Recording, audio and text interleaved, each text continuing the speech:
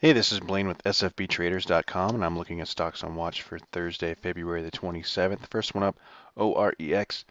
This was a cup and handle pattern on the daily. We got the cup here, a little bit of a handle here. Broke through 7 last week. I did mention this on the watch list I posted, one of the watch lists I posted last week to watch out for that 7 breakout. Sure enough, it broke 7, ran all the way towards 750.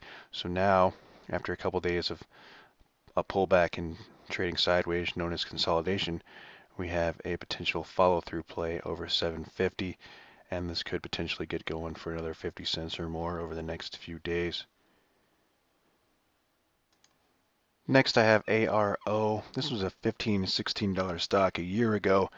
It's definitely fallen from grace, but it looks to be rebounding a little bit. Potentially a day trade if it can take out 750 and potentially push towards 8, which was the previous support level, which turns into resistance once the support level fails and goes lower. So now on the way back up, this could potentially be a target near 8, and then we'll have to see how it acts around that level, but potentially watching ARO for a day trade opportunity and push towards 8. JCP, everyone knows the story about this thing. This is just, it's also kind of like ARO, just falling from grace over the past year. And after hours, it gapped up after the loss they reported was smaller than expected. And the CEO tried to tell everyone that the worst part of their troubles were behind them and that the SEC was going to not file or not recommend any proceedings against the company. So it gapped up pretty heavily, closed near 6, and now it's up to 677 after hours. If we look at the 1-year chart, it's finally coming out of the downtrend. It's going to gap up over that downtrend. So I'm looking for a reversal, and this thing also has room towards 8 or 10, both for day trading setups and swing trade setups. I will be watching entries on both, so keep JCP on your watch list. BGMD, I took a few of this long into Thursday, into the close on Wednesday. So I'm holding this right now, looking for the 140 breakout and push towards 160 and maybe even potentially higher. This was trading near $2 in March of last year. So, and it definitely can run. Just look what it did back in December. It ran from 60 all the way to 160. So this is kind of where it's been topping out lately, which is why if it goes, that'll be the first target, and then potentially higher towards 2 over the next few days if the breakout sticks. HW, nice daily chart consolidation pattern that traded sideways for nearly a month. It's finally trying to break out above that.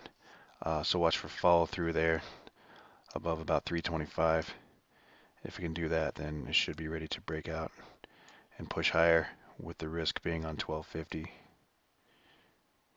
There's your consolidation range right there. So needs to break out to push higher or break down to go lower. In Q, this thing's been on a roll ever since one of those large firms said they took a stake in it. Anyway, 20 was the key level, key resistance level back in August and September of last year before it popped towards 24. So it will be pretty tough to get through this 20 level probably, but if it does, it could continue higher with the risk on this trend line, on that daily chart trend line. So use that as your guide, and probably will be slower now. I don't see it popping like this anymore, just because there's more people involved, and it's up almost doubled. It has doubled from these lows, but almost doubled from just that area back in at the end of December there. So if it gets through 20, we'll probably go higher.